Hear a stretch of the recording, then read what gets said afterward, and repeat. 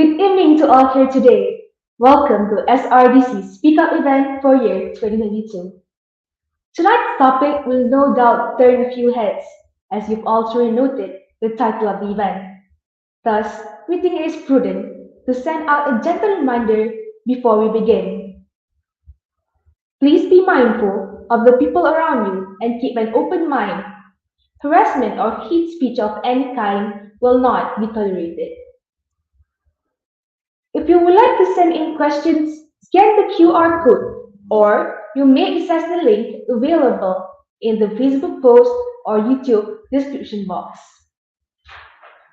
Please take a screenshot of our infographic video during our 5-minute break as a proof of your attendance.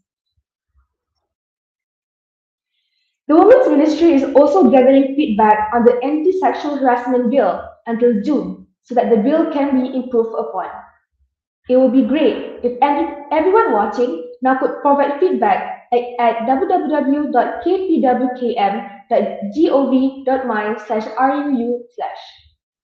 Please do not be shy. Feel free to comment and like our videos and post on any platform you see fit. Your engagement will mean a lot to us.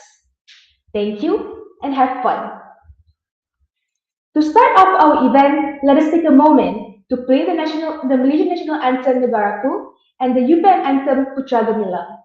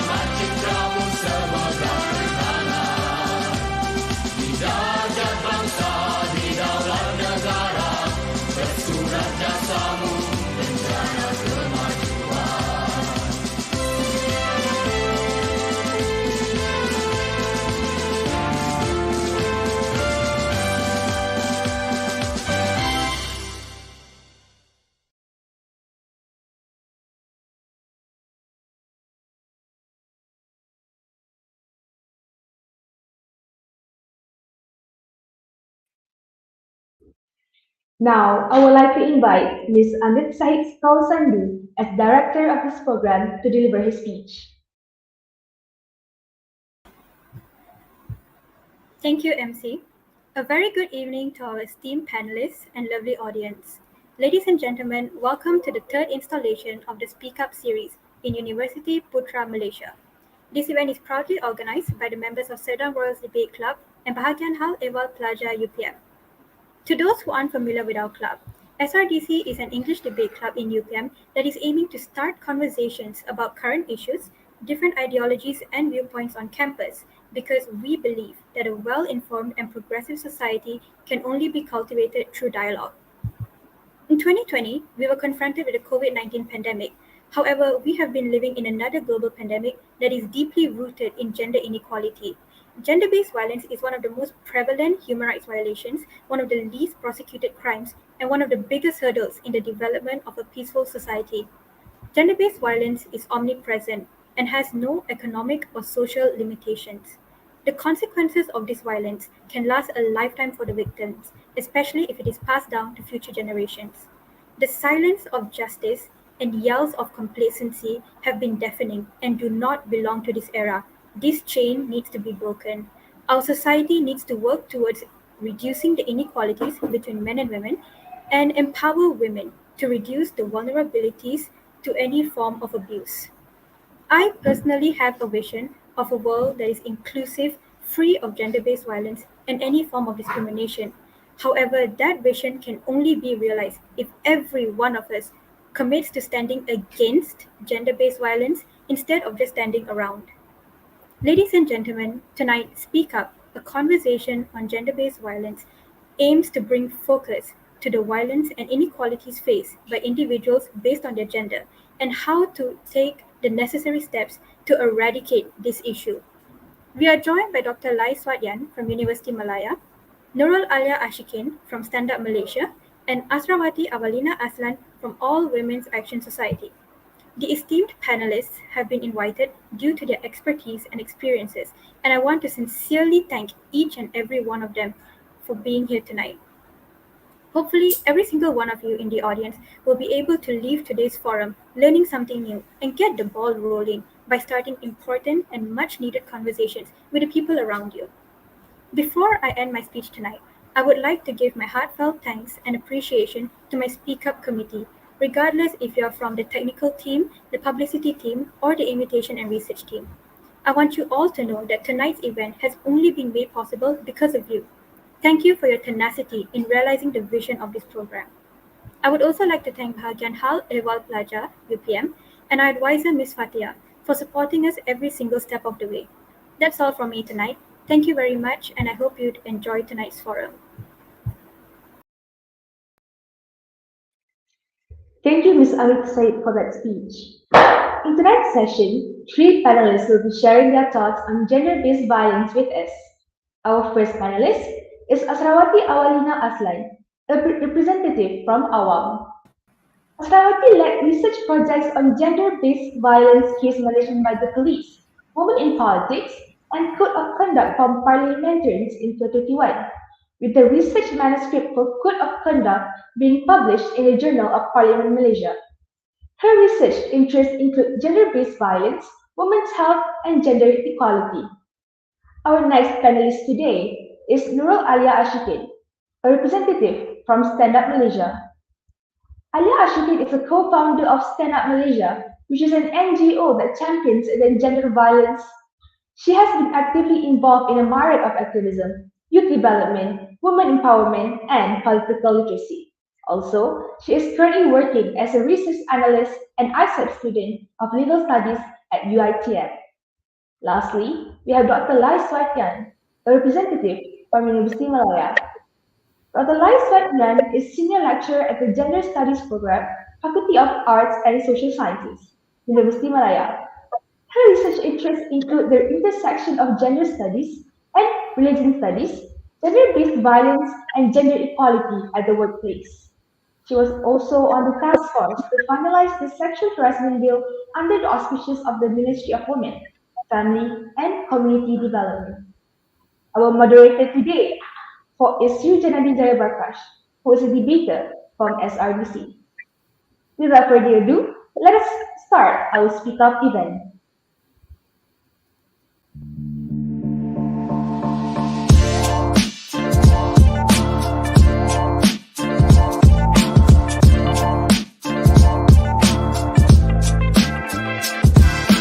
Yeah, yeah.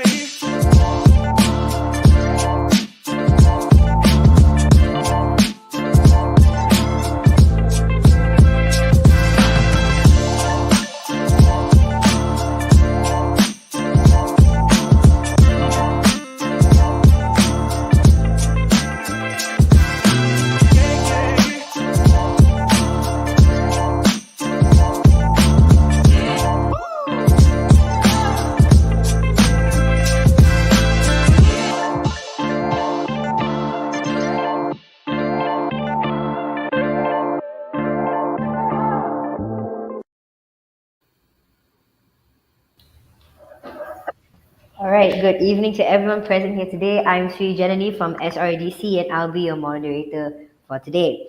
So now I'm truly honored to say that I am able to share the stage with three incredible, mind-bending and profound speakers. So let's give it up to Dr. Lai, Asra and Alia. Thank you so much for joining us today for today's Speak Up event. Welcome, my lovely ladies. And all right, so today's discussion will revolve around the banner of gender based violence. So we'll be uncovering the truth of various aspects, such as what is gender based violence, why does it happen, how should we tackle it if we are faced with it, and so much more. So before that, just a gentle reminder to all of our audience, if you want to make sure that we address a question that you have in mind, please do scan the QR code that is on the screen or just click on any of the links in the description of the streaming platforms and put your questions there and we will address as many as we can. And so without further ado, let's jump right into the discussion and we'll begin our discussion with one of the biggest yet simplest question that most of our audience would be wondering by now, and that is, what is gender-based violence? Now, Dr. Lai, can you briefly explain what gender-based violence actually is? Okay, thank you, Sri. Yeah, and also thank you for the invitation to speak on this issue. When it comes to gender-based violence, as you could see, it's actually violence that is perpetrated against someone on the basis of their sex. And of course, this happens more to women or the female sex than the male sex. For example, I'm sure all of you have heard of countries or community where they kill the female child or they commit infanticide just because of the sex of the child, or in other cases they have abortion, right, when they discovered that the child is female. And other than that, also you have cases where the belief that women is the belief that a female child is secondary or subordinate. For example, providing less food or given less opportunity in life. It could be less education, especially if the family is poor and if they have to decide. More likely than not, they will actually give the opportunity for education to the male child, or just very, I think in Malaysia also, I'm sure you have seen cases like that happening when it's the birth of a male child. When you throw a bash, it's actually more luxurious. You throw a bigger one when it's a male child compared to it when it's a female child, or in terms of leaving the best food to the male child instead of the female child. So that's also a form of gender-based violence. And in cases like, and other forms are like when we believe that man has a right to chastise or beat their wife. So that's also a form of gender-based violence, and it's on the basis that the female sex is subordinate to the male sex. All right. Thank you so much, Dr. Lai. Asha, do you have any opinions on the definition of gender-based violence, in your opinion? Okay, actually, the definition of gender-based violence is actually pretty similar to the like. It's a violence that perpetrated against a person or a group of people on the basis of their sex, either it's a factual or their biological sex or their perceived sex, or also because of their gender identity or because of their sexual orientation. So basically, it's pretty similar to what Dr. Lai actually said lah. All right. I think that it was well defined by both of you. Thank Yeah, you very yeah. much. Especially for someone who has very little or average knowledge on this topic, I think it would definitely help us understand where this discussion is going to. With that, it brings me to my next question. Gender based violence can be presented in so many different shapes, forms, and ways.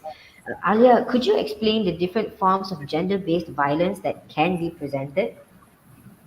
Hi. First of all, I would like to thank you for inviting Stan Amnisha to be among the panelists for this discussion. We are very honored and happy to be a part of this program. So, okay. So, going back to the question, there are many forms of gender-based violence, and I would like to emphasize that gender-based violence, it can take into many forms in terms of physical form and also mental form. So to be honest, I personally is a survivor of gender-based violence. So what affect me the most is through my mental health, the trauma that I have to gone through. And then sometimes all those things that happened to me before, it keep on coming back to my mind, and sometimes it just got me scared going out somewhere because of that thing happen. So like physical violence, it can be in terms of domestic violence, it can be sexual harassment, sexual assault, anything that the violence happen or the behavior that actually exert upon someone uh, because they want to inflict harm, injuries, or damages to the person. So it can take in any form. So that's why I said the definition of or types of gender-based violence itself is very broad. So I don't want to narrow the scope, just domestic violence, sexual assault, or sexual harassment. But the word violence itself is very broad. It can be any kind of violence that inflicted on someone. Back to the definition that Dr. Lai have mentioned earlier. All right. Yeah, I definitely agree, especially when you speak about non-physical abuse like mental health. It's shocking how it actually hits close to home for many of us, and oftentimes we just disregard it and label it as a misfit, a tantrum, or a misunderstanding from that person. So I think many of these victims never knew that they were victims to begin with at the start. So yeah, totally agree. Moving on, I have another question. Are there social practices or widely held beliefs within communities that could potentially increase the vulnerability of women to become victims of violence? I would like to direct this question to Miss Asra. Okay, so first of all, I'm sorry, I just forget that. Thank you for so much for inviting me as a panelist for today. So moving on to the question that you asked, because the root cause of the GBV, we have actually have the first one is the unequal power relations. The second one is traditional gender roles or gender norms, and the third one is the use of violence to reinforce the relationship or the relationship of the victim, perpetrator, and victims. So moving on to the first point, which is the unequal power relations. So we have, for example, I give an example in a domestic violence cases. So in a domestic violence cases between husband and wife, if they have unequal power distribution or unequal resources distribution, women usually what is can I say? Affected financially because they are dependent on men, their husband, men. And most of cases, women face discrimination at workplace, even in their education, accessibility to education. Even, for example, if discrimination in workplace, women rarely get paid the same as a man. Even when they being promoted to higher position, usually women get discriminated on on that access. And also, like, I think like this is a frequent question that being asked during the interview. Like, they will ask the woman like, do you have any plan to get pregnant? If you do you have any plan to get married? And after that, they ask subsequent question like, do you plan to get married, to get pregnant, and so on. So women get a lot of discrimination at that point. So the second one is the traditional gender role, which is a society expectation on certain roles that women and men should have. Which, for example, men are expected to be more, like very strong, aggressive, dominant, while women are expected to be more soft, more emotional, nurturing, and submissive. So this gender stereotype actually lead to how men view their partner or how men view women as a whole. Okay, for example, in domestic violence case, because women are financially dependent to men, so they being financially affected, being financially dependent to their husband. So their husband has, has some power over their wife. They think that they can make a decision to their wife. So, and because men expected their wife to be, like very nurturing, very submissive, and so on. So that comes to my third point, which is the use of violence to reinforce this relation. So for some males or for some husband that think they are more dominant than their wife because they can make a decision in their household, they tend to use violence against their wife or their partner to reinforce this relationship, or they kind of like manipulating their husband, their wife, or their partners.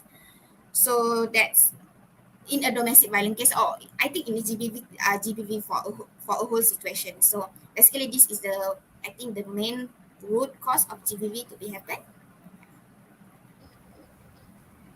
I very much agree with Asra. Thank you very much. I'm not saying that women are weak, considering I'm a woman myself, but I think we are a much easier target for the opposite gender to take advantage of due to certain circumstances, like previously mentioned, such as traditional beliefs, financial issues, and orthodox perspectives of women. And although I do agree to a certain extent that women are more vulnerable to gender based violence, I like to remind everyone that this does not deny the fact that men face it too. In fact, gender based violence against men have lesser media coverage and lesser emphasis. So, men and boys are often overlooked of violence against them, especially if the perpetrator is of the opposite gender. However, here comes my question. Does violence against them occur regularly? And what are the effects of gender based violence against men and boys? And this question is open to the floor, and anyone can volunteer to answer it.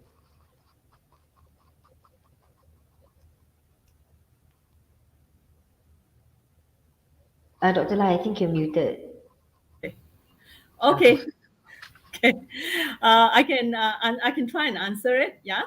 Um, of course, we seldom heard, or read in newspapers about men being abused. But the fact of the matter is, though it's rarely reported, it happens.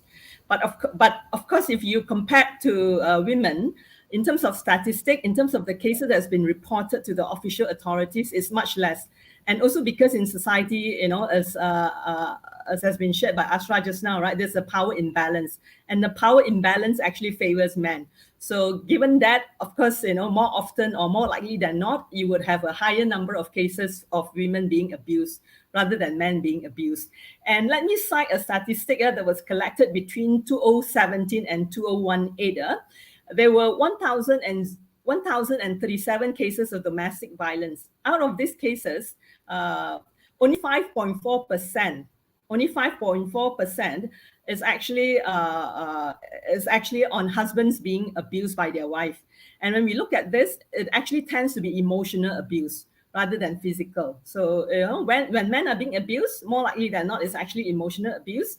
And when we talk about emotional abuse, it's when a person feels entitled or possessive of their companion, like tracking them 24 hours a day, trying to control their movement and whatnot, and so that they could maintain power over the other person. But on the other hand, men, because of the belief system that if you're a man, you are able to protect yourself. So it makes it hard for a man to speak up as well, because you will come across as unmanly. And it's like, hey, you are a man. How come you cannot protect yourself, right? How come you're being abused, by a woman, Are you a joke, things like that. So it makes it even harder for men to speak up when they're being abused as well. And of course, whether it's men or women, that's also a stigma to being a survivor, or I think to being a victim of course, the women's movement have done a lot to kind of change the narrative. You're not a victim, you're a survivor. And I'm very glad to have Aliyah today. She's actually a survivor and she's speaking up now. So, but on the other hand, in general, it's hard for people to speak up because it's like, oh, you're a victim, so therefore you are weak, right? So I'm very glad that we are having this today, because then we can actually challenge those kind of belief system. Underscoring why it's important for people to speak up, because it's only when we speak up that we can address the issue. I actually formed a question during your response.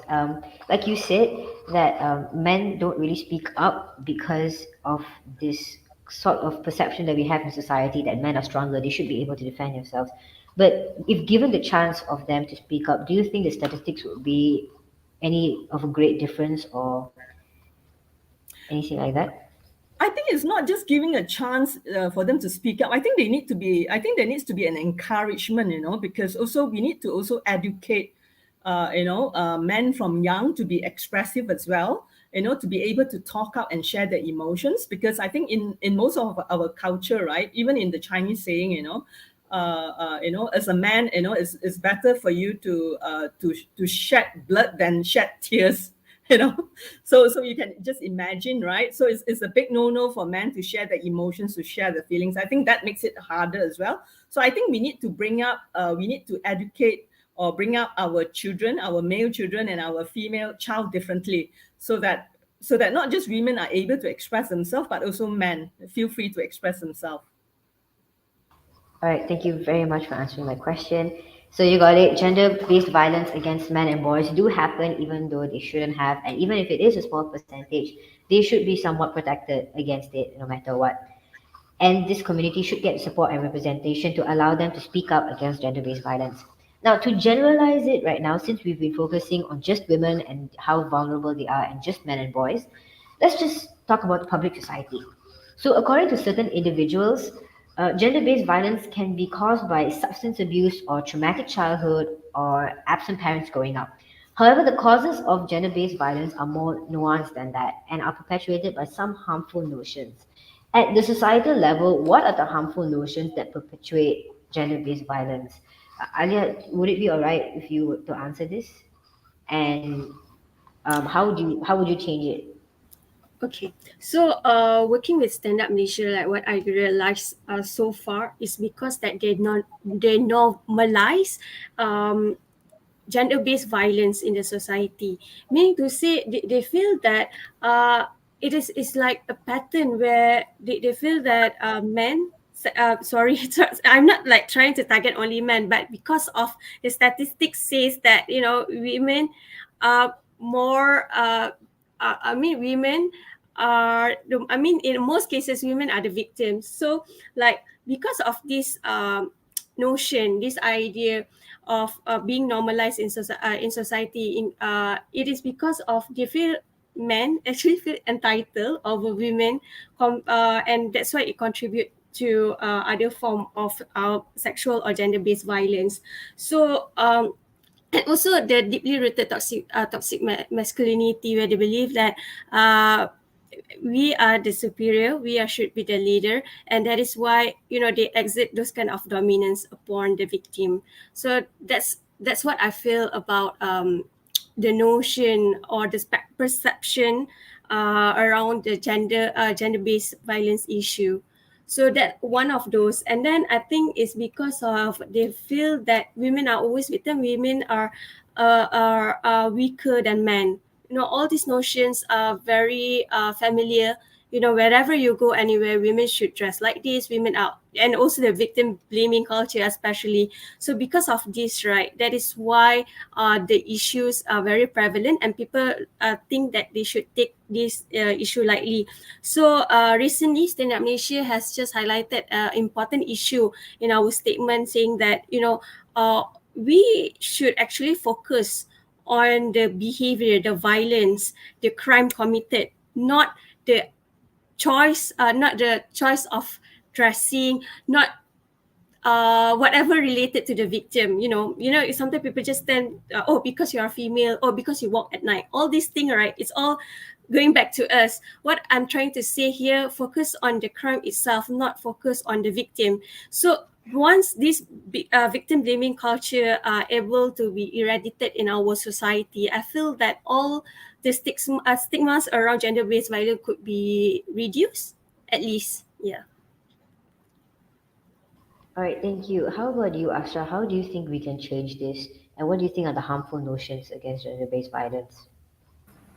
Okay, I think my response or my answer is pretty similar to Alia. The first is because the victim blaming culture. Society tend to put all the blame, or like all the blame to the victim instead of putting it to the perpetrator. Like like the rape culture, the rape myths, like what?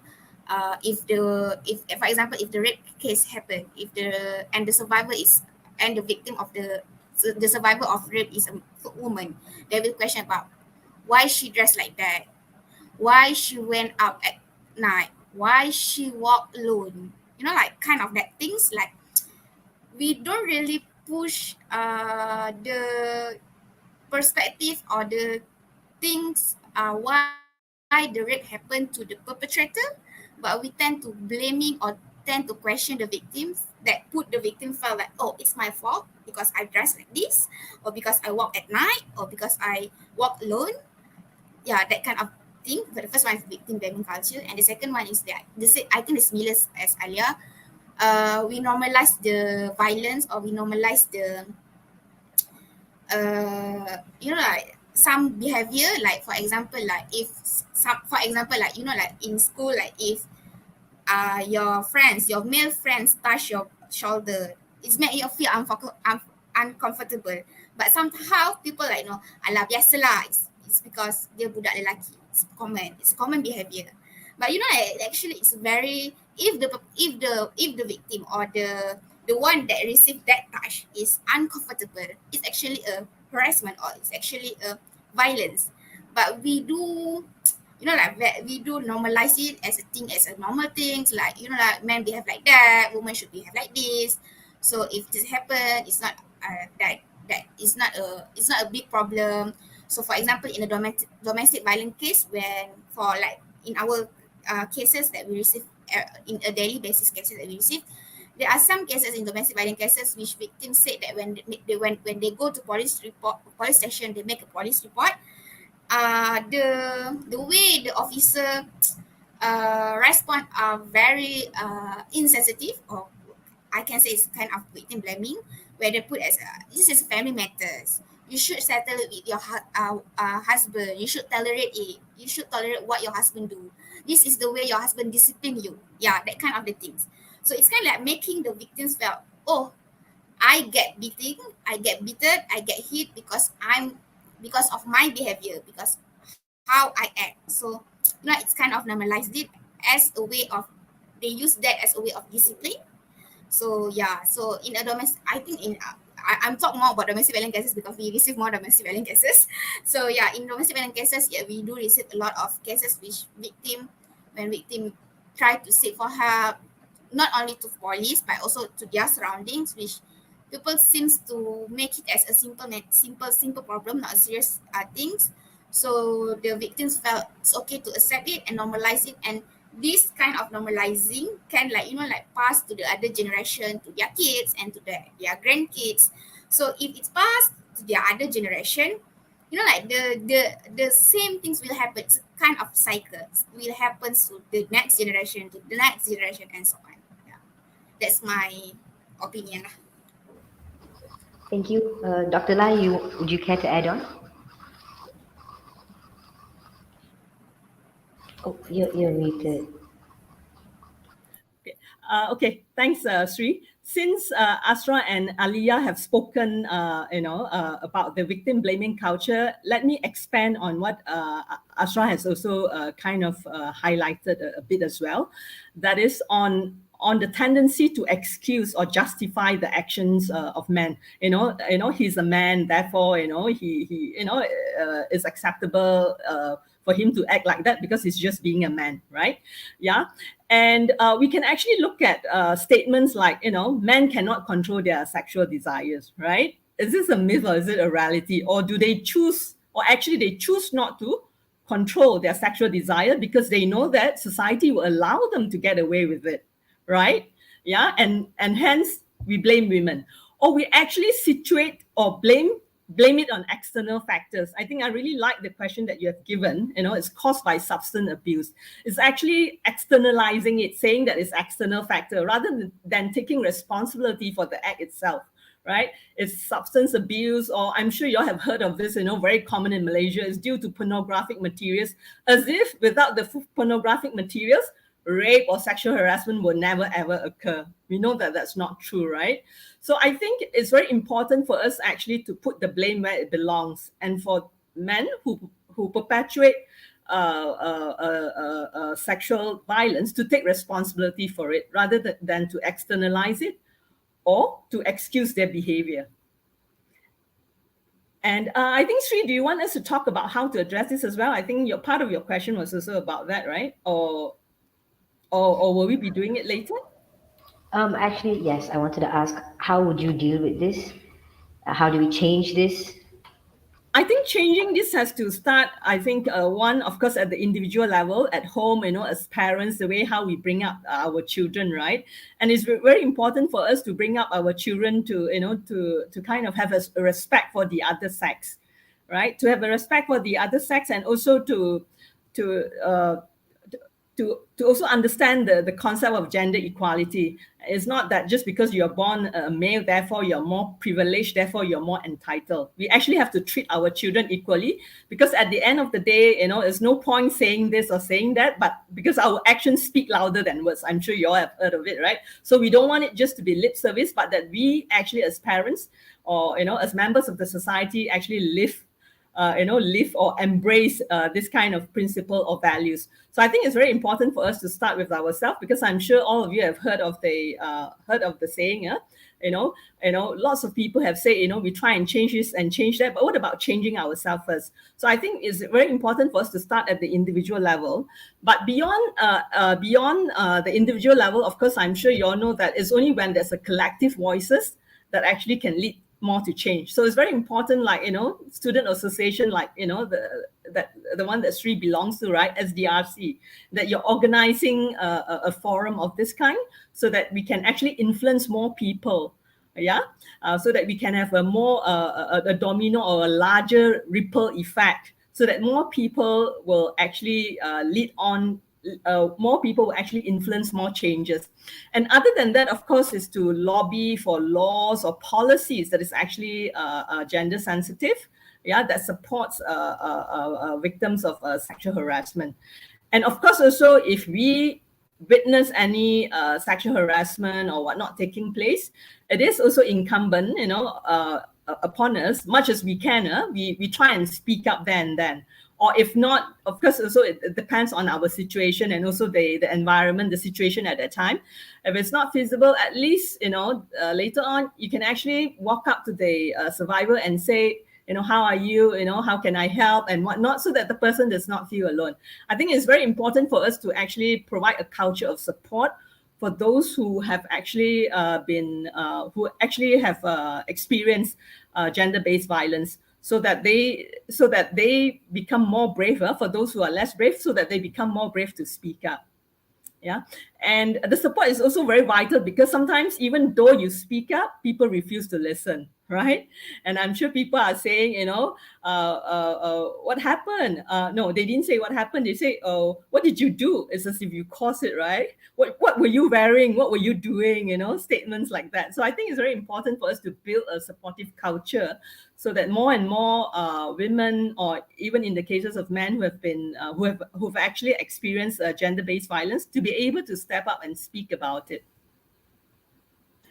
Dr. Lai, I can just take everything that you said earlier.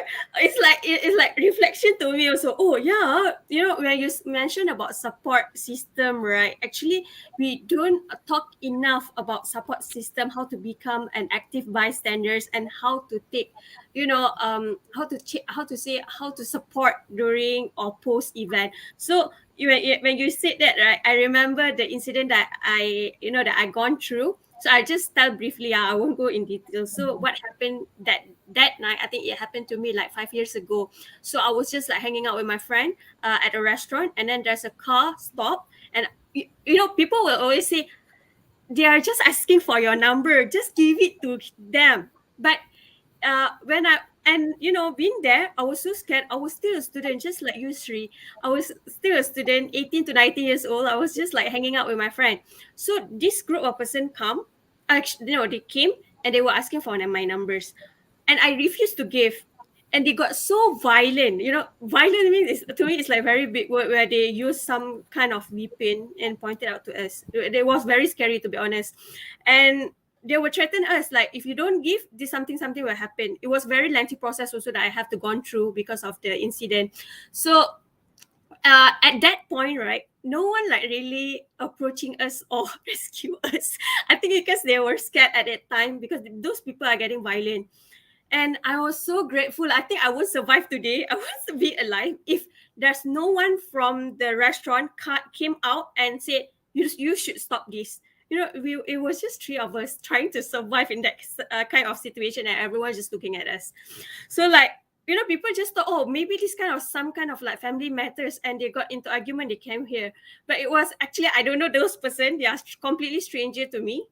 And then luckily, this person from the restaurant come and pull us and bring us into restaurant. Just like, okay, you sit here. We will make sure that this space will be safe for you until we release you.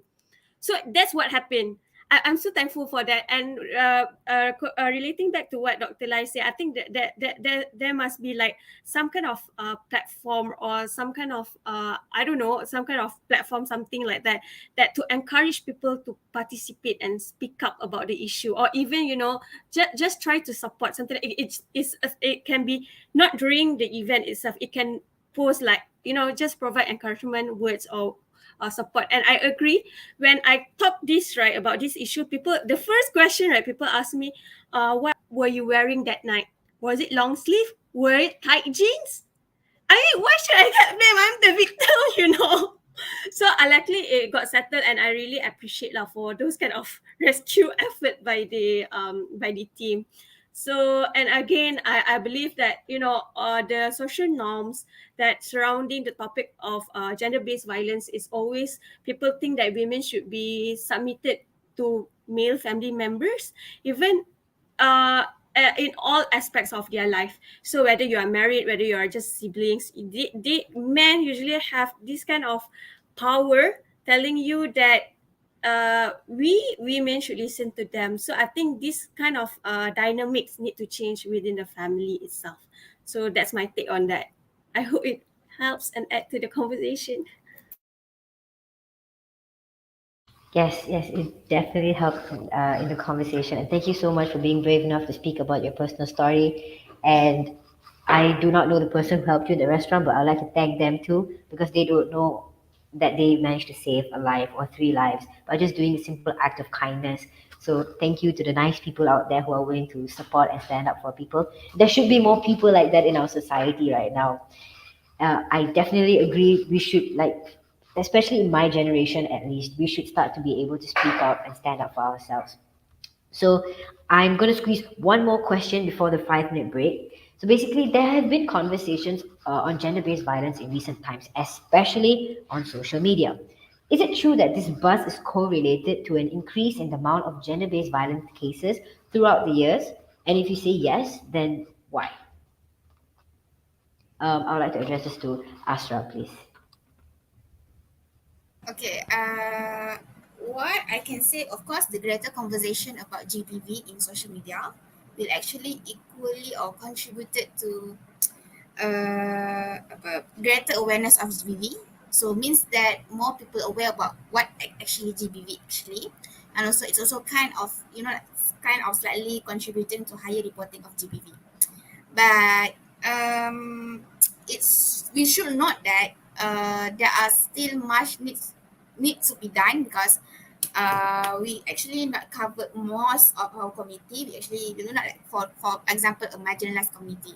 We don't really know what actually happens to them, like the refugee, the like the disabled, the asylum seekers, also the like the orang asli community. We don't really know how they address how they address the GBV, gender-based violence. And also related to the what actually maybe what I think actually contributed what people being aware about the GBV is because the current pandemic. Because we noted that there are higher increase of GBV cases during the pandemic, specifically for domestic violence, which from Awam itself, we get from Awam itself in 2021, the cases of GBV increased about 40% from the past year. So the number of cases increased from starting from the March 2020, I guess, March 2020, which the started of pandemic and MCO, until to, I think it's lasted until October 2021. So after October 2021, the number of cases, I'm talking specifically about what Awam received in the past 2 years, 2020 and 2021, we noted there is a slightly decrease in number of cases, in a number of GBV cases. And in now from January to, I guess, April 2020, the number of cases is decreasing, but we see a, like static number, that steady number of GBV cases lah. So what actually contributing to the higher number of the domestic violence cases is basically because of financial issue, and also the associated stress, because the perpetrator kind of losing, because during the pandemic we losing most of people losing some jobs, so they become stressed and they release their stress on their family. So because of movement restriction, the victims living in the same household, in the same space of the perpetrator, so they can't really can't really escape from the place. And also they are not really aware on how to seek help. They physically seek for help during the movement restriction and so on. And also, okay, last point, we actually noted there are increasing case of online harassment. So from the past 2020 to the 2021, and I think the online harassment also kind of increasing until now, which basically because we are transitioning from online from physical things to online, and people use more online platform rather than using the physical platform lah. Yeah. So that's it.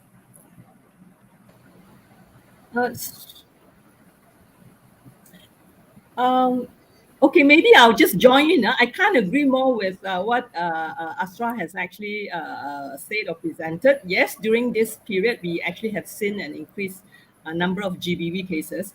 But of course, also the advent of social media also bring with it another dimension. Because with the advent of social media, now is actually much harder. It makes it much harder to try to make cases go away or to try and sweep cases under the carpet. Because it's like, if you don't listen to me when I report, I will just use my social media and let the world know. Yeah. Yeah. So I think that's what we have been seeing now, right? Yeah. And we could see it in the case of Ain Husniza. She actually kind of went to TikTok, right? She went to TikTok and shared about her physical education teacher making a rape joke. And actually, what she did inspired others to speak up. A former national swimmer, Cindy Ong, she's now, I think, roughly probably 38 years old. She shared how, when she was a teenager, she was actually being inappropriately touched by her coach. And it's not just her speaking out. After that, on Twitter, you have Pandalila Renong, who also spoke about it, about having a coach who likes to make lewd jokes, or she put it as what lawak lucha. And she was saying when he did it, because of fear, she actually just kept quiet. But on one occasion, when she was brave enough, she actually kind of call him out for it. But due to that, she was being bullied. But still, without the advent of social media, I think most of us would not have heard those stories. So I think what is important also is actually to take note of the fact that it's not just about breaking the silence. It's also about us, about the authorities, about institutions, listening to women when they report such cases, rather than sweeping it under the carpet, right? Because I think that is what social media have actually shown to us, right? We need to listen to them. We need to listen to survivors of violence.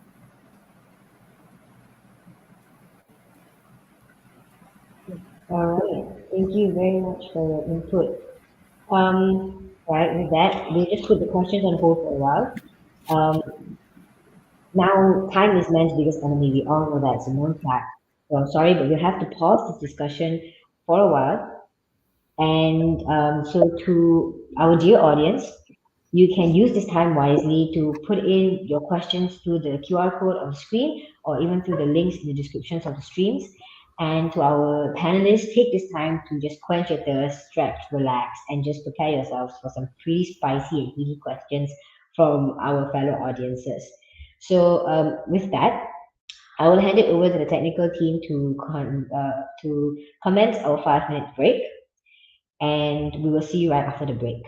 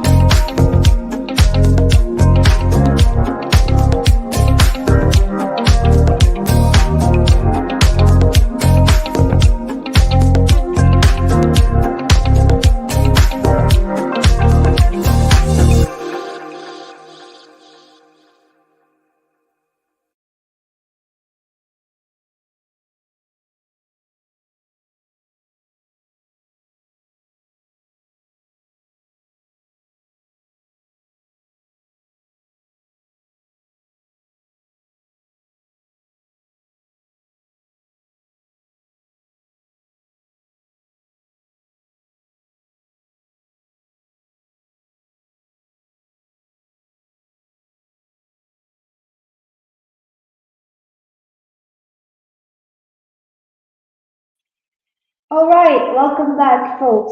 We hope that you're still here. We'll get settled down as I invite Sri to take over the main stage.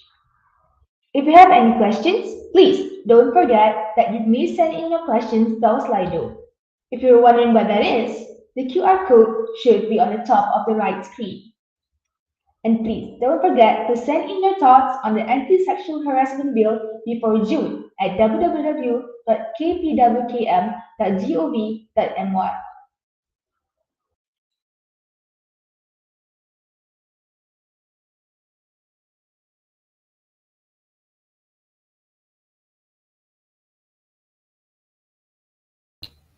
All right, we are back with another session. Welcome back, everybody, and I hope that you have had a refreshing break. To our dear audience, please do put up your questions by scanning up the QR code.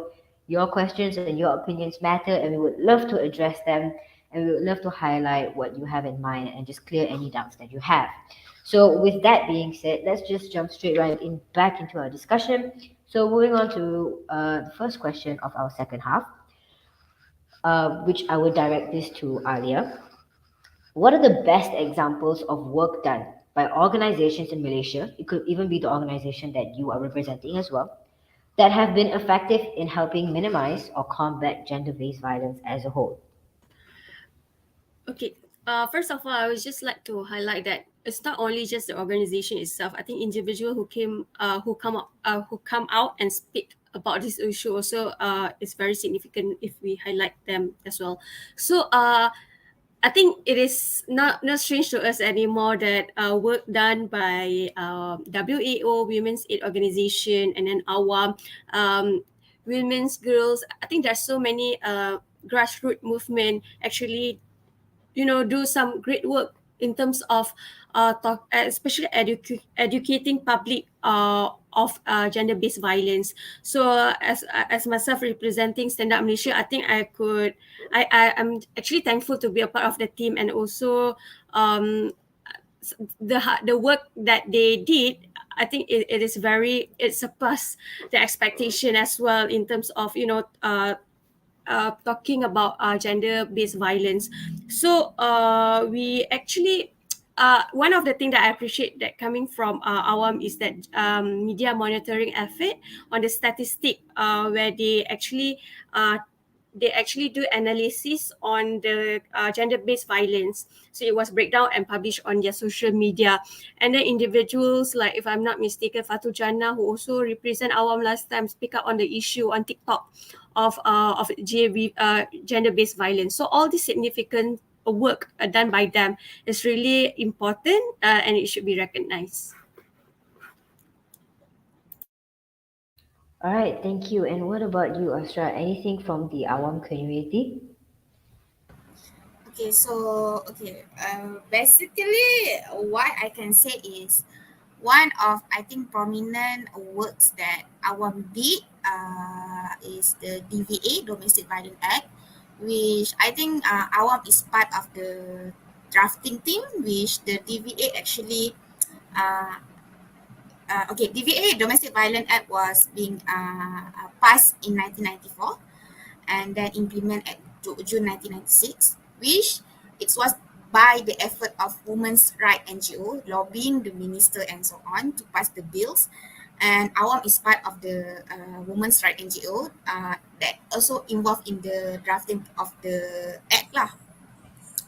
So the second thing that I can say, one of the, I mean, like a good things that I can observe is the OSCC, or One Stop Crisis Center.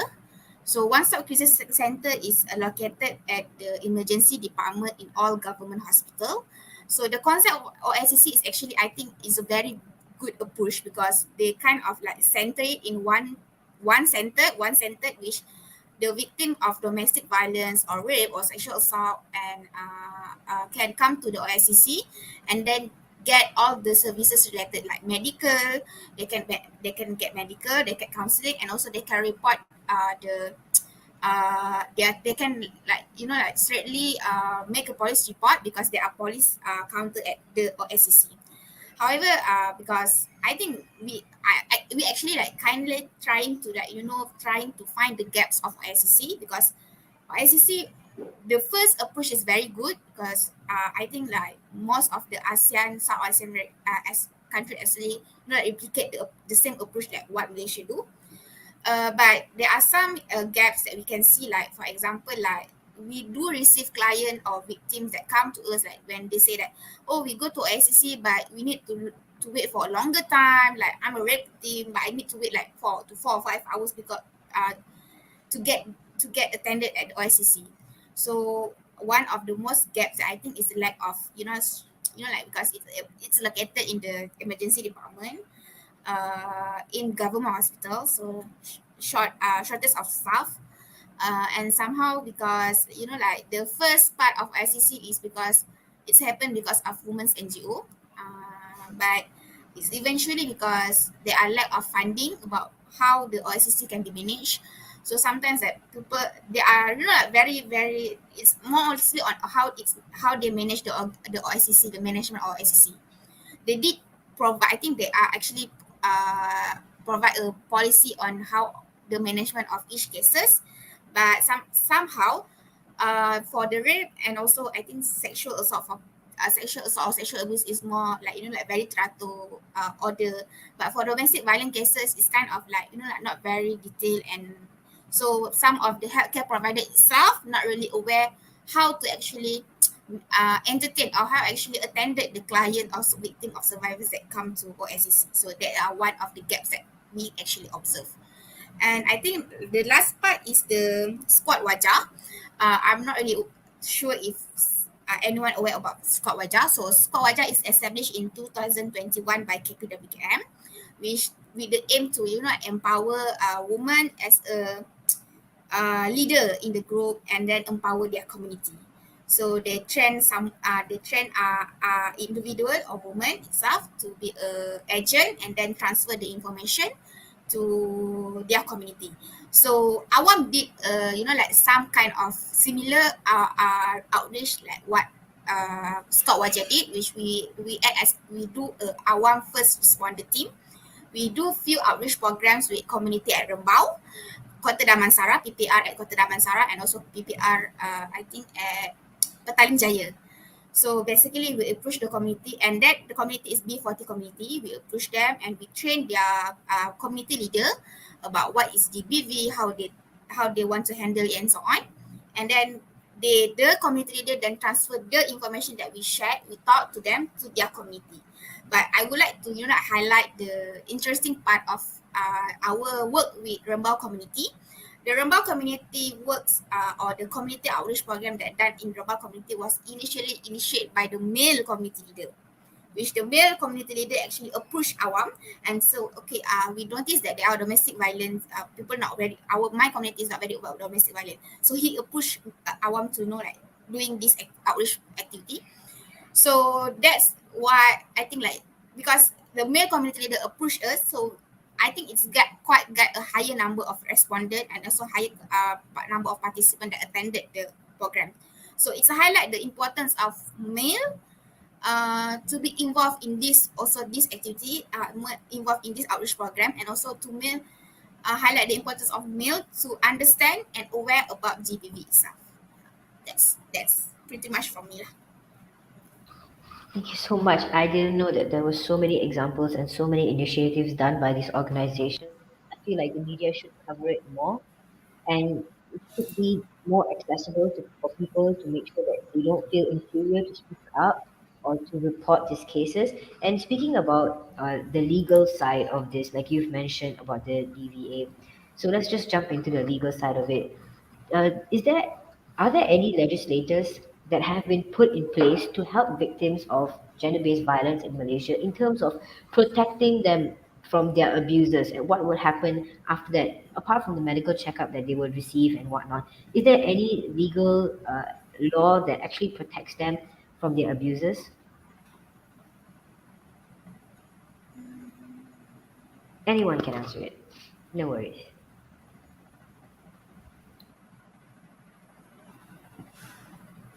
Of course, there are such laws in Malaysia. I think Asra has spoken about the Domestic Violence Act, right? So let me kind of direct our focus to sexual harassment.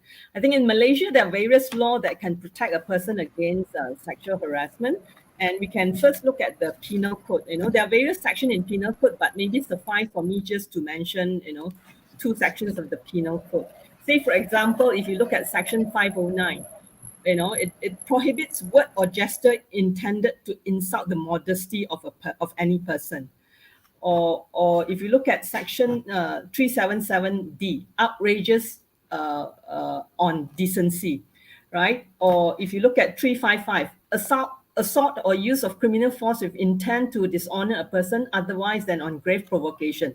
Other than that, also we have the Employment Act 1955, which provides the definition of sexual harassment as any unwanted conduct of a sexual nature, whether verbal, non-verbal, visual, gestural, or physical, directed at the person which is offensive or humiliating, or is a threat to his well-being arising out of and in the course of his employment.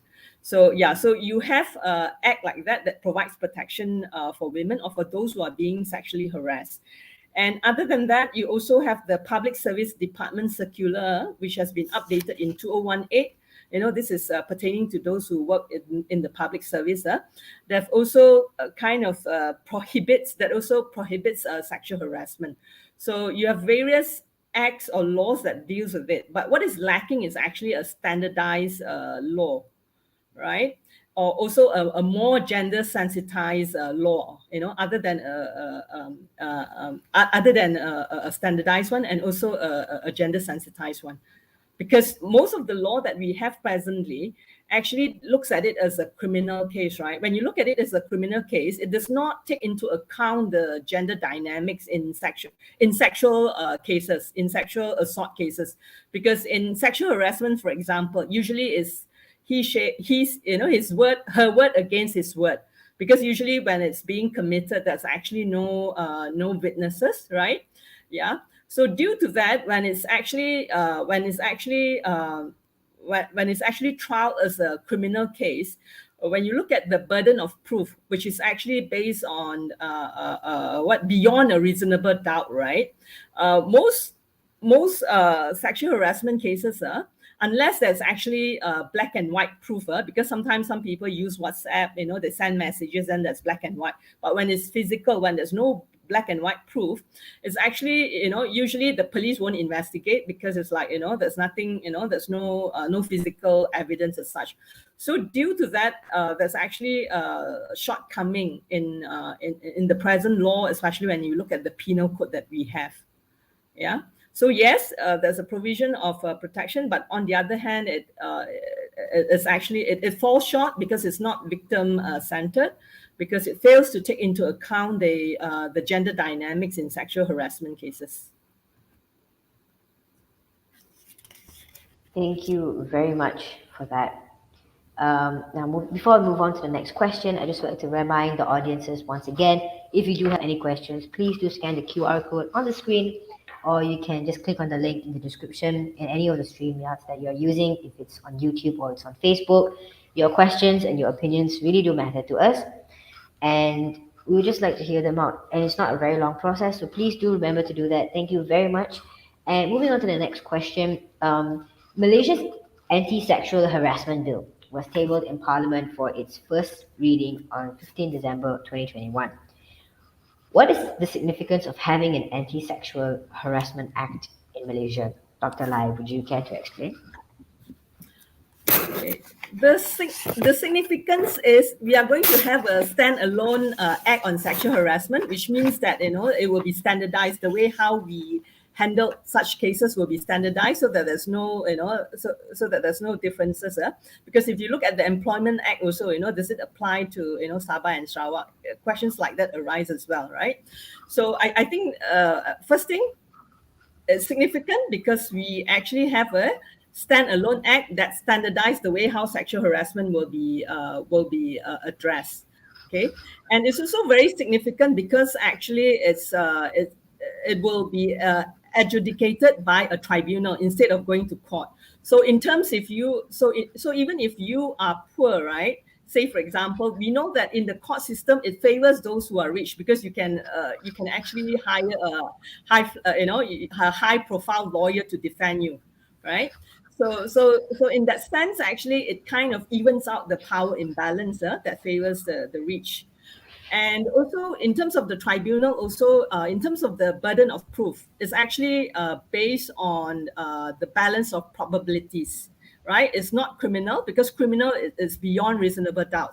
When it's based on balance of probabilities, which means, you can look at corroborating evidence and whatnot, it's more, it actually, it's actually more victim centric because in terms of the likelihood of your cases being investigated and being convicted is actually much higher compared to if it's actually beyond reasonable doubt, because in this case it actually takes into account the gender dynamics in sexual harassment cases.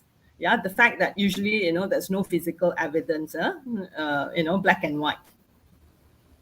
And of course, also other than that, if you look at the tribunal, also in terms of sitting on a case, usually there'll be three representative, and besides having the legal experience and whatnot, they also have representation of at least a woman, so that we know that sometimes if it's just of a particular gender, then the gender dynamics, the power imbalance again. And of course also it's not just having the judicial or legal experience, but it's also having knowledge about the issue of sexual harassment, so that the person who are sitting on, so that they are actually expertise in terms of being gender sensitive to the dynamics of sexual harassment. So you also have that kind of expertise there. So those are the significance of the anti-sexual harassment bill. However, there are three shortcomings as well, and I'll also like to highlight it. And I also hope the audiences, will actually, I think that's been a link provided, right?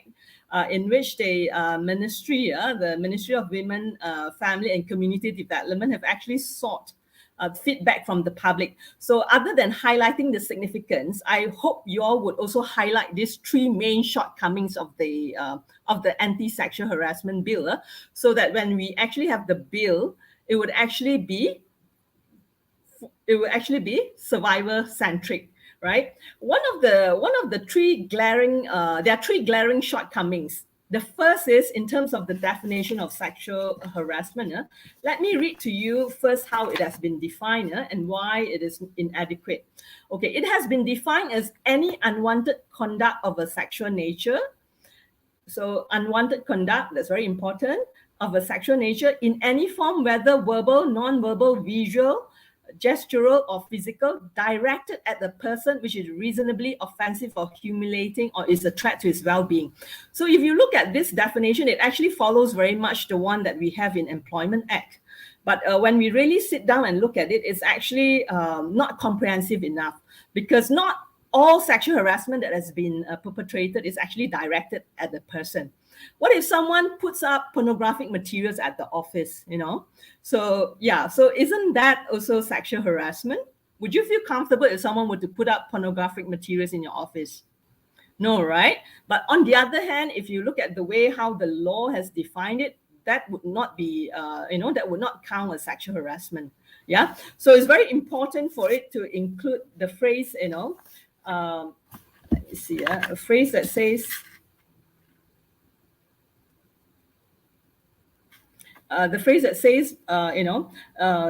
acts that nevertheless creates an offensive and hostile environment. So if the act creates an offensive and hostile environment, then that's also counted or taken into account as sexual harassment. So that would be the first, glaring shortcoming. And the second is the absence of protection for victims from retaliation. We know that if you look at past cases, if you Google and search for past cases, you find incidences of those who reported a case, they were actually being victimized. Say, for example, if someone report and then they're being demoted, or because of their report they're being transferred, right? Or they're being given less important jobs or whatnot. So it's very important for the act to actually have a protection for victim from retaliation, whether it's from being demoted, transfer, so on and so forth. So that's the second thing that the present anti-sexual harassment bill does not have. And the third is the absence of the mandate on the duties and obligations of organizations to prevent sexual harassment. So it's very important to include this. I think if you all remember, if you look at the history of the Sexual Harassment Act, I think back in the was it in the late 1990s, there's actually a code of conduct to prevent and manage, code of practice to prevent and manage sexual harassment in the workplace. And that's actually not made mandatory for organizations. And due to that, you find that the adoption rate has been very low, right? Companies is like, since it's not mandatory, why do we want to bother, right? So I think to avoid history from repeating itself, I think it's very important for the present anti-sexual harassment bill to actually have a clause on that as well. That organization has the duties and obligations to prevent sexual harassment. Yeah, so that organization will take steps to prevent them from happening in the first place. Because having an act is not just about providing, of course, it's to provide redress and to provide support, for those who have been sexually harassed. But most importantly, it's also to prevent such incidences from happening as well. So I think it's very important for this clause to be included, so that the role of organizations in addressing and preventing sexual harassment is made clear. Yeah. Okay, All right. please, I hope you all will provide your feedback. Thanks so much. Yes, so please do provide feedback. And also don't forget to put in the questions by scanning in the QR code. So we've got two more questions. So the first question, I would like to address it to Asra. What is the police's role in regard to response to the gender-based violence incidents? And what other government agencies play a role in gender-based violence issues? Okay, so basically because GBV is very big and I think different cases have different management. But I can point out like for example, for domestic violence case, like for domestic violence, we have DVA, Domestic Violence Act. So the role of police officer itself have been, have been stated under the DVA Act. So for example, under Section 19. So Section 19.1, the police officer or the enforcement officer, or in that case is the police officer, he or she has the responsibility to assist the survivors to a shelter if she is needed, to accompany the survivors to their or residence to take the personal belonging.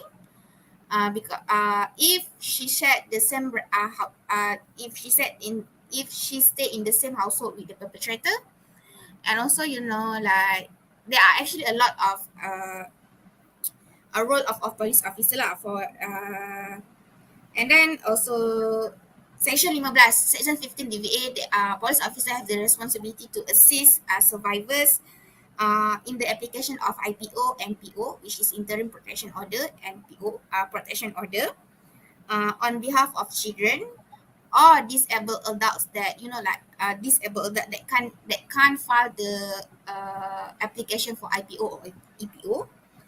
And then the other roles also include the victim to actually inform the victim on their case status. For example, if they open an investigation process, so police officer or the investigation officer should hold the responsibility to inform the client about their case development, refer the DV domestic violence cases to JKM officer, and also receive any reports that being made at OSCC from any medical staff or social worker or the victim itself.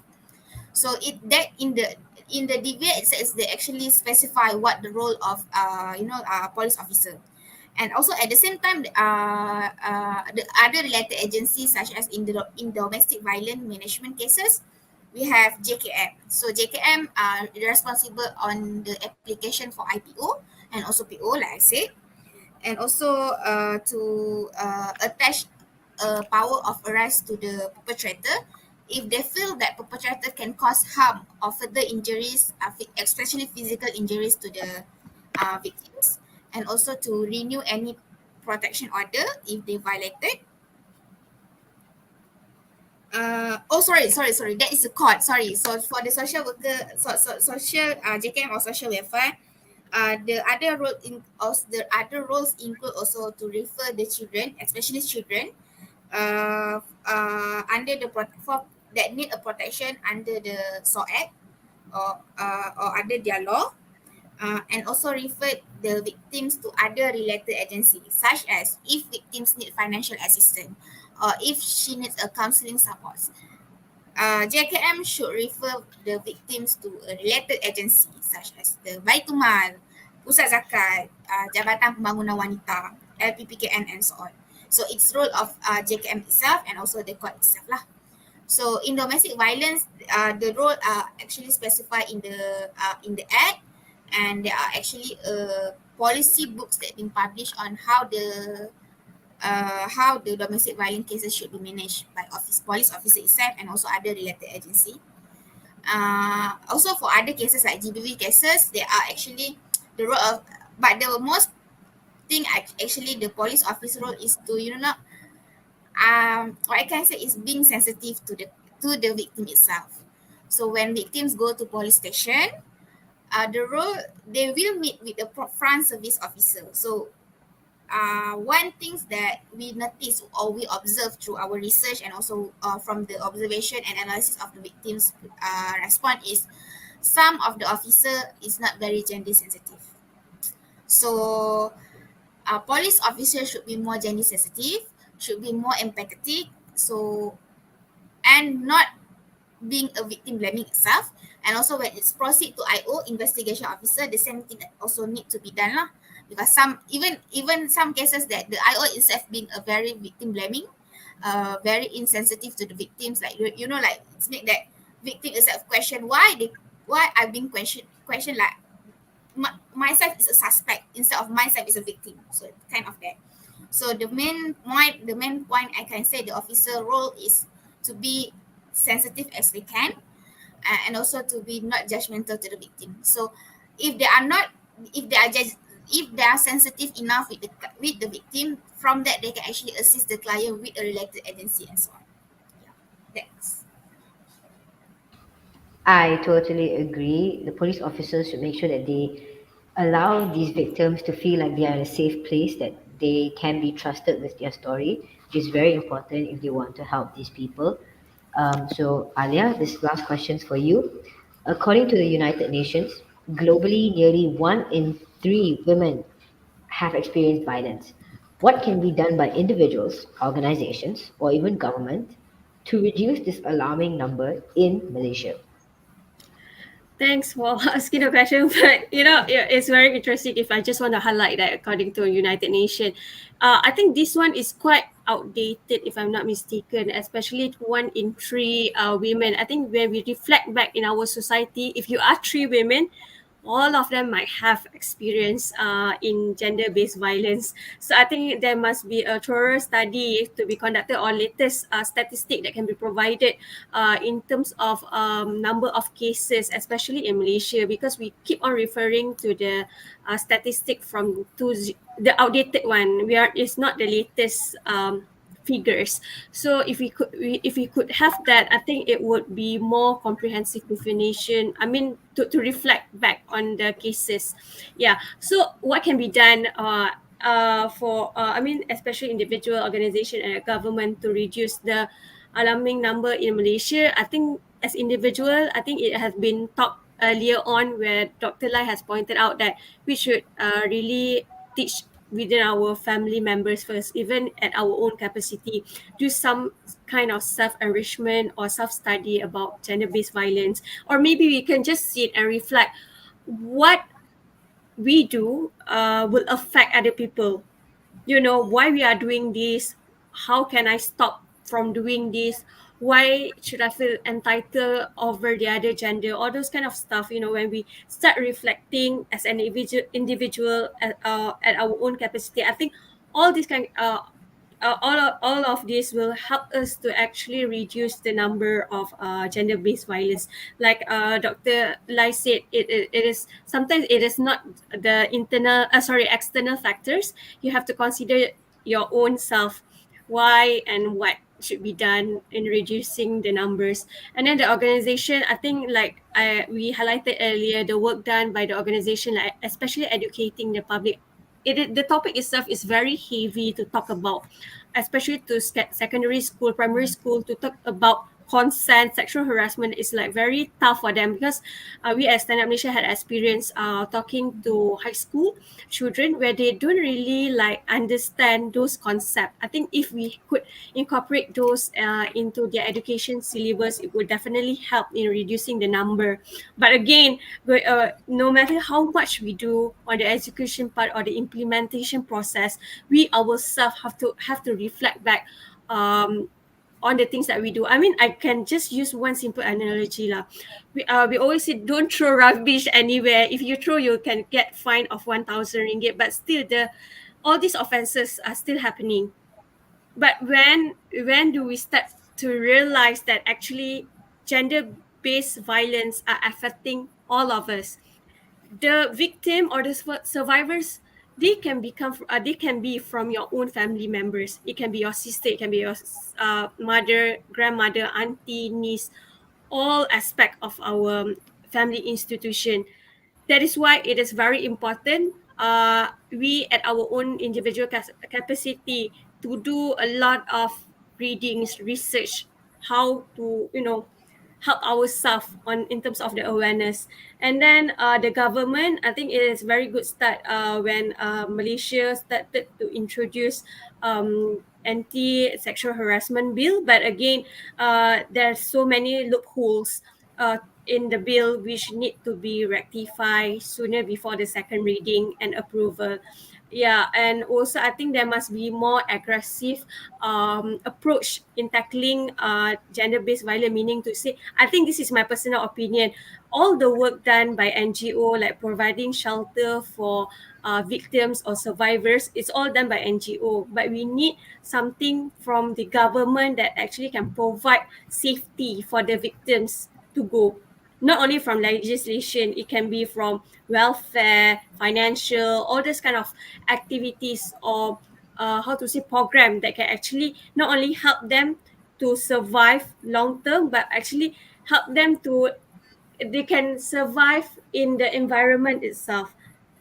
Meaning to say, when they escape from the, or maybe they, when they seek help, when they were at those transition period, I understand something in the domestic violence, that violence, there's a lot of lengthy process that need to be done, court order, all those kind of stuff. So there must be a mechanism that can, from the government, to help these women to ask, to like actually put them to, how to say, to survive at the real world, something like that, like maybe financial or something like that, or business opportunity. I don't know, a lot of stuff that can be done to help them to really come back to workforce. Yeah, this kind of stuff. That's all from me, I guess. I hope it helps. Yes, yes, it definitely did help. Okay, so before we end our discussion, we have been reminding the audience non-stop to put in their questions by scanning the QR code. So it's time to finally answer some of their heated and spicy questions. So without further ado, let's get into the Q&A session. All right, so the first question that we got from our audience is, what are the consequences of gender-based violence to an individual in the long run? Asra, do you mind talking about this? Sure.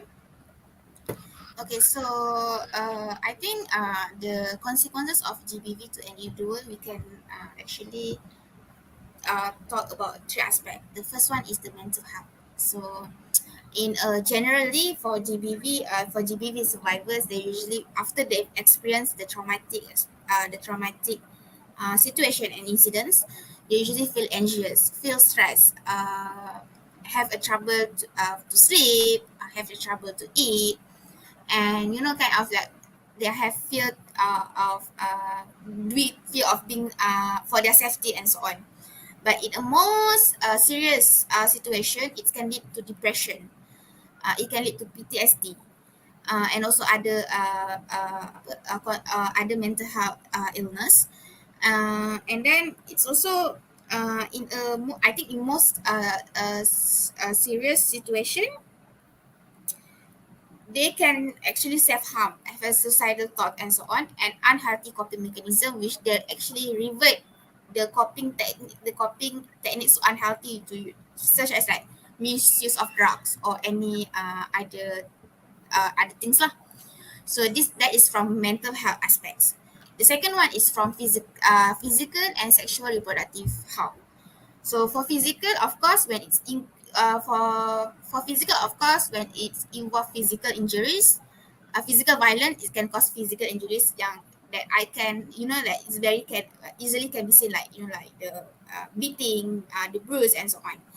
But the other aspect to the sexual reproductive health, if it's involve rape or sexual assault, or things such as thing like that, can cause unwanted pregnancy. Then it will lead an unwanted pregnancy and that illegal or unsafe abortion. And then it's also lead to sexually transmitted infection, STIs, and also it's also when the survivors or the victims is a very distressed situation, it also increase the vulnerability of their health condition to like medical conditions such as cardiovascular disease or diabetes and so on. Okay, that's the second aspect, which is the physical and sexual reproductive health. And the third one is I think social aspects, which is also include the stigma, the rejection, have a tendency to isolate it from their family and also from the community itself. So if this happen to students, they can actually affect the academic performance of the student itself. If it's happened to someone who is working, it actually can affect their productivity in their work performance, which actually can lead to their loss of income because they are being so stressed, they cannot work, scared to go out to go for work or to school, which eventually lead to this lah.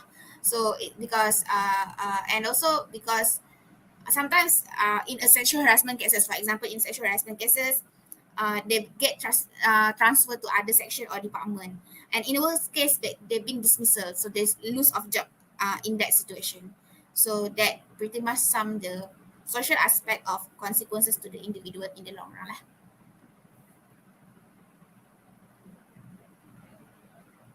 All right, thank you very much for your input on answering the question that we have. I hope that answered the questions. We have a lot of questions according to the technical team, so I hope that we can get them all covered. So moving on to the next question. What are your thoughts on people who poorly virtue signal about gender-based violence on Twitter and etc.? Does it interfere with your attempts to be heard, or does it affect your legitimacy? Dr. Lai, do you think that you could possibly answer this question? Sorry, I actually don't get the question. What are your thoughts on people who poorly virtue signal? I personally think that it's people who really put down this entire gender-based violence thing, and they don't Poorly virtue really, signal, I see. yeah. Okay. I think when people put it down or when people ridicule it, it actually shows that they don't understand the issue, right? And and and and I think when they do that, it's actually very important for us to actually keep calm and to actually still speak up. And if we are actually a witness to the incident, as I've mentioned before, we can actually intervene to assist. Because no matter what, I think due to the way how we have been brought up, right, in society, lots of time, I think, as we have shared in the forum, there are people who actually excuse such actions. There are people who actually ridicule it, and who excuse such action, who blame women for it. And also, we have also spoken about people joking about rape, about sexual harassment, who trivialize such acts. So I think it's very important for us to actually change those narrative and to still stay strong, right? All right, thank you very much.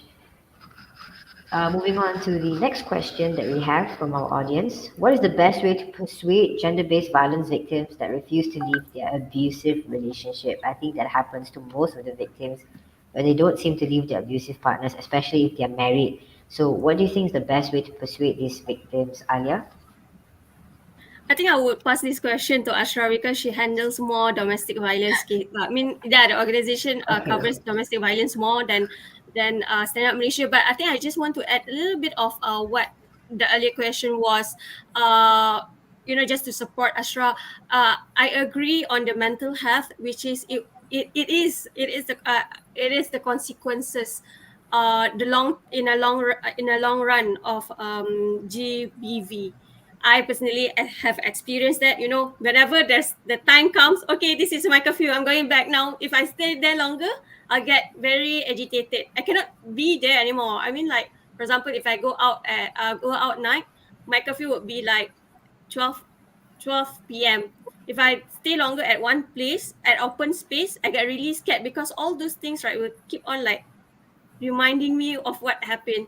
And also, I agree in terms of the workplace, it will make you lose interest to work also. You just don't feel like going to work because, people are just like throwing things, I mean, saying jokes lah, whatever things to you, and you expect you to come to work and feel motivated. I don't think so, right? It is definitely affect your mood, your performance at workplace, and also institution. So yeah, to support what Ashra said, I agree with what the consequences of GBV in the long run. Sorry, Sri, can I actually, sorry, Asra, you finished, yeah? Yeah, no, okay. Yeah, sorry. Sri, do you mind if I actually go back to the question that you asked just now? Because I think I misunderstand it. Because now, when I misunderstood it too. Yeah, no worries. answer it quickly, can I actually show? Because when you say virtue signaling, right, it's actually, is it, are you trying to, I think the question actually implies that it's more like you're trying to say, being politically correct or whatnot. I think it's actually alluding to that, right? But I think what we are talking about now is actually beyond that. It's not being just politically correct, because when we talk about gender-based violence, I think it's an issue in society that we need to address, right? And we are not saying that just because we think we are so moral, we are so righteous. I think it's nothing to do with that. I think the fact that this question is being asked actually says something more about the person than us. When we're trying to address this, and this is the question that is being put, I think it actually signals more the mindset of the person. Because when we look at gender-based violence, if you look at the statistic alone, and we have Aliyah here who has been sharing her story, right? How difficult it has been for her, the mental health consequences of it. So it actually goes to show how important it is as an issue to be addressed, and there's nothing, and we are not, being righteous or whatnot about it. It's an important issues that we need to address now. Okay, thank you.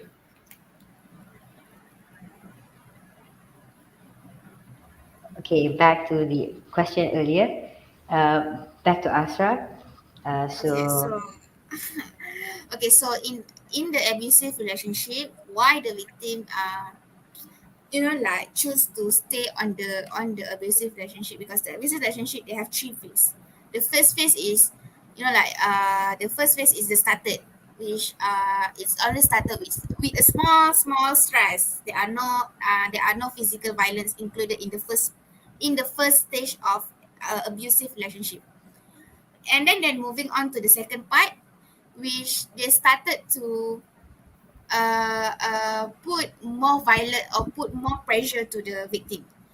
And the third part is, I think, is the second part is the honeymoon phase lah, which victim feel comfortable with the survivors. It's victim feel comfortable with the perpetrator, and so on so on. And the third phase is when perpetrator actually manipulate the victims, making the victim felt that it is their fault and making the victim felt it's nothing that can be done. I just stay in this moment in this relationship. Yeah, it's a kind of that cycle.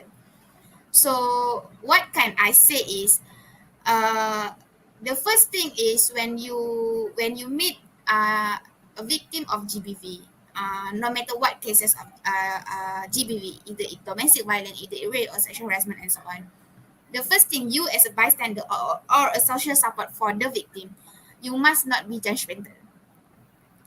You must learn, you must listen to her, try as much as you can to provide any related information to her that okay, this is wrong, if you need help you can reach out to me and so on so on so on. But this is what actually we actually highlight to all our victims or all our survivors that came out to reach awam, is you need to empower yourself. If you yourself doesn't have that initiative to like moving on from that abusive relationship, we cannot help. We only can provide like assistance, social support, making sure that you are safe, you are so on so on so on. But if we actually decided not to help ourselves, we can't help the victim itself. So usually we actually try to make the victim feel she is empowered, make the victim feel okay, I can do this, there are more people that can support me, there are many people that actually willing to support me, willing to help me. So we try to make the victim feel that she is empowered, she or he can move from the abusive relationship and so on. But there are also other factors that actually make the victims kind of staying in that relationship. For example, in domestic violence, when it's involved between husband and wife, sometimes it's because the wife itself is financially dependent with the husband. So they're afraid when they leave the relationship, they can't being a financially dependent with themselves. They need to find money for them, for their self, and if they have kids, they need to find money to sustain their life. So it's kind of like, it's not only because the victim itself doesn't want to doesn't want to get out from the relationship, but sometimes there are others external factors that kind of contributing to that, like I said, a financial issue, and somehow like lack of social support, like like in some cases, family not really support their decision to make a police report and so on so on, to get assistance for to take any legal action and so on. So what is the best way I can say is first we as a bystander, or we as a community, we need to listen to the survivors, provide all information, related information that we can to the survivors, to the victim, and then try to make the victim feel empowered, feel that there are more people that can help her. She or he can get out from the abusive relationship and then get help for that. Okay. All right, thank you very much. So we have two more questions that we'll be covering for this Q&A session. So the next question would be, what steps could an individual take to educate themselves on gender-based violence? I'd like to direct this to Alia. Okay, actually, this is very interesting question. I always do a reflection on this, like what can someone do to educate themselves on gender-based violence. So this one, I'll give credit to my university for teaching me gender studies. If not, I would not be aware of gender issues. Not gender issues specifically. It's just like how to say it, gender studies is a very broad discipline, so we learn a lot, discrimination, prejudice, all these kind of types, and then it led me to okay, what are actually women are lacking in those days, and then what are the comparison in the current days. So I think it is very we found that actually last time the focus was more on the granting equal right, suffrage law, all this kind. But now I'm moving forward more on the social issues like domestic violence and those. So how to educate them?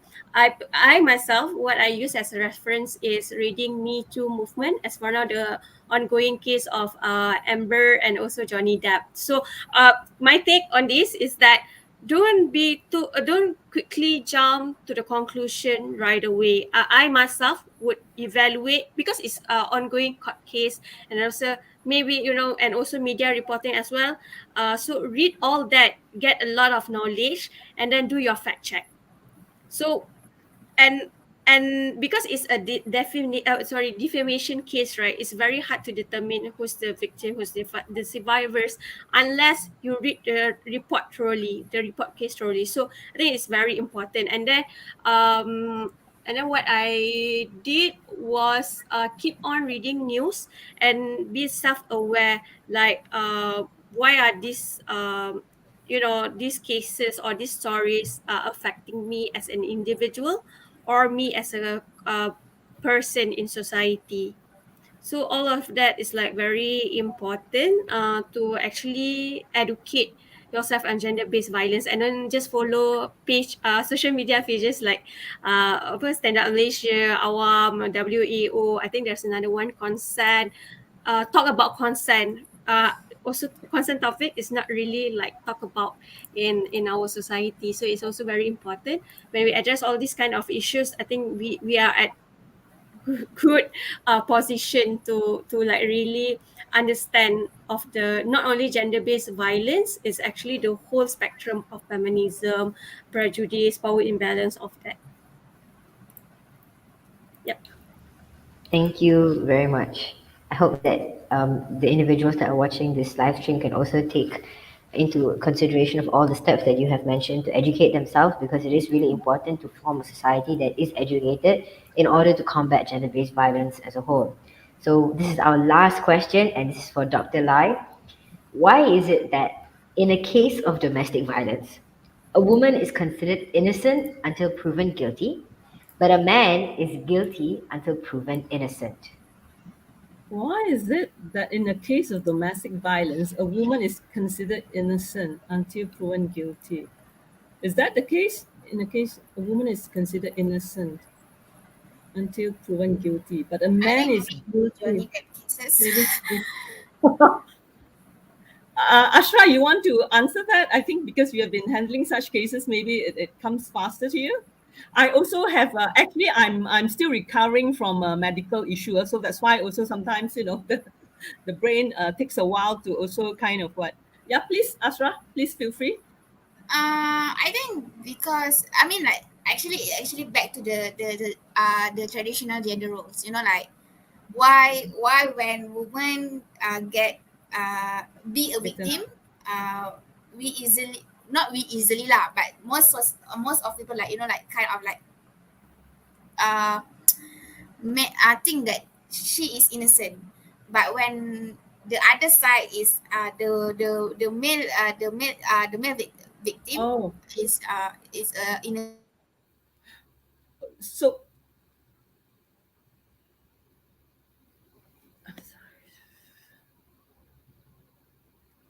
Amber Heard, I think the because in the initial things is when Amber Heard accused Johnny Depp as a perpetrator in the domestic violence, people start jump oh, to the okay. conclusion, yes, he is the perpetrator, without without checking the fact that like maybe there are possibility that there are possibility about that she actually manipulating the facts.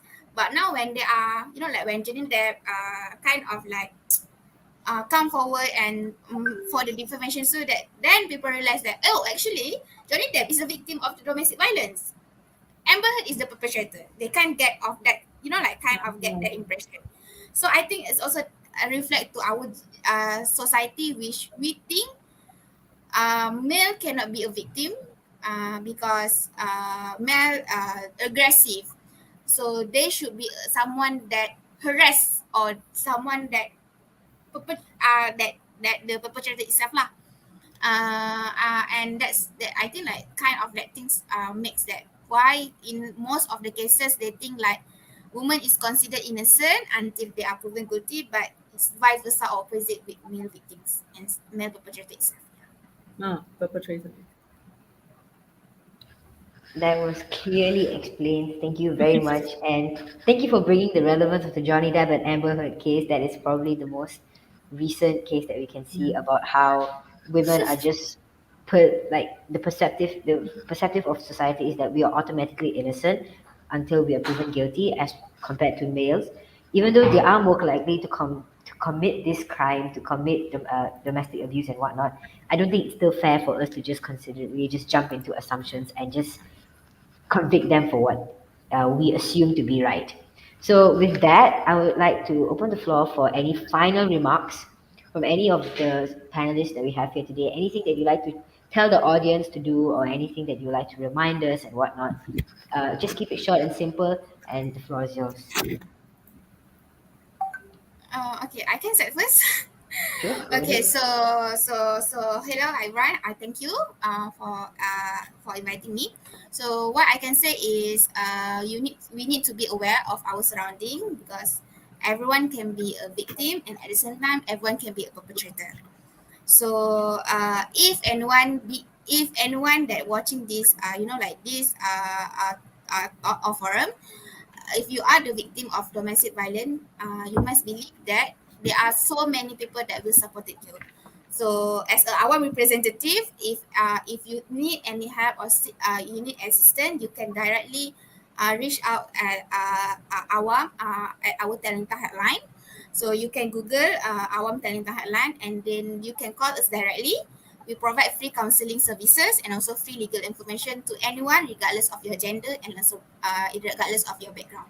Yeah, that's from me. Thank you. Alia, Dr. Lai, do you have anything else that you would like to just finally say to the audience? Dr. Lai, go first, then I'll be the close.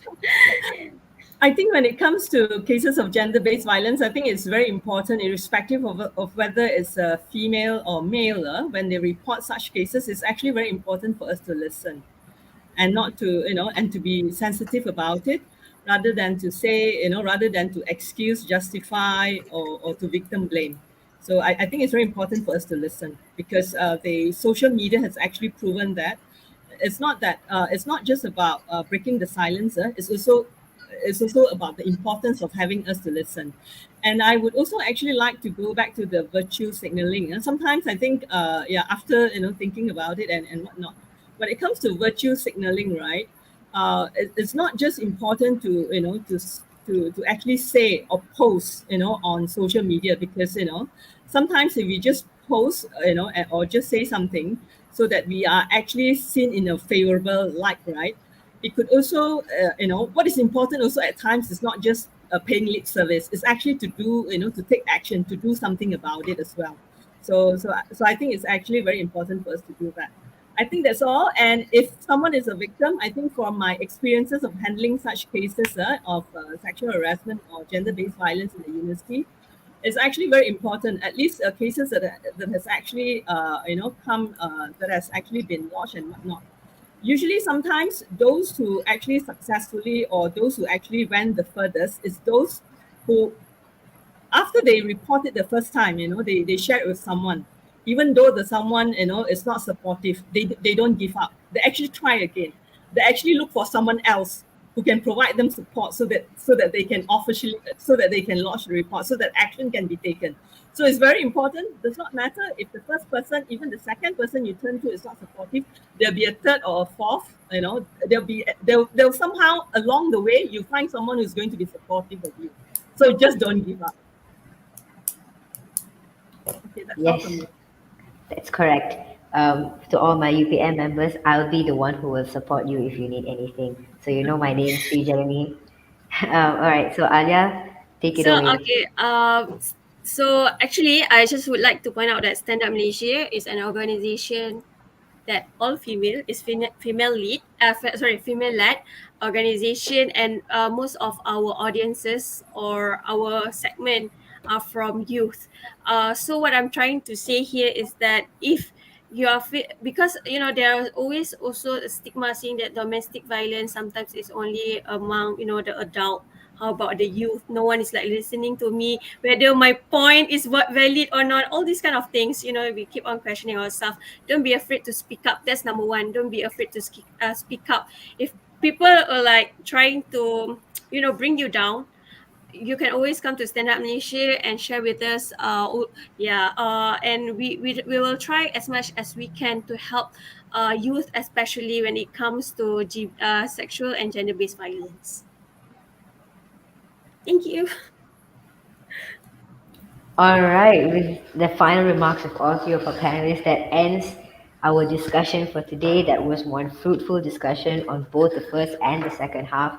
I myself, as a moderator, have learned so much about it, despite reading a lot of articles about it, and what more the audiences.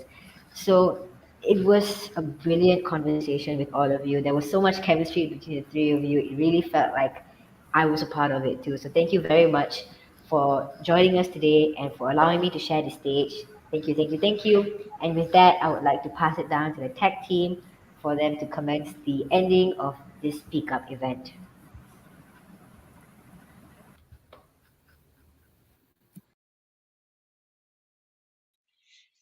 A hearty thanks to our panelists for sharing their knowledge with us tonight. Thank you to Sri Janani for being our moderator. A big thanks as well to Bahagian Hal Ewal Plaza for organizing this event along with us. Without them, this event will not be possible. Lastly, thank you to our viewers for taking part in SRDC Speak Up event. We hope you had a great evening. Of course, before everyone leaves this stream, do stay for the merit collection. Remember to upload your proof of attendance completed earlier. And yes, what you have all been waiting for, merits. The link to the merit form will be given via QR code, and a link will now be provided in the Facebook and YouTube description box. If you can't access that, you may access it via our link tree on our Instagram page at SRDC Speak Up.